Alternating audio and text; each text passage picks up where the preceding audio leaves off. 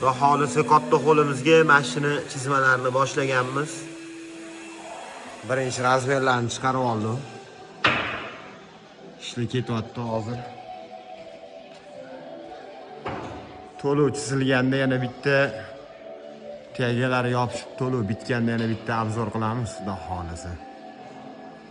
Naryo taraflari bo'lgan.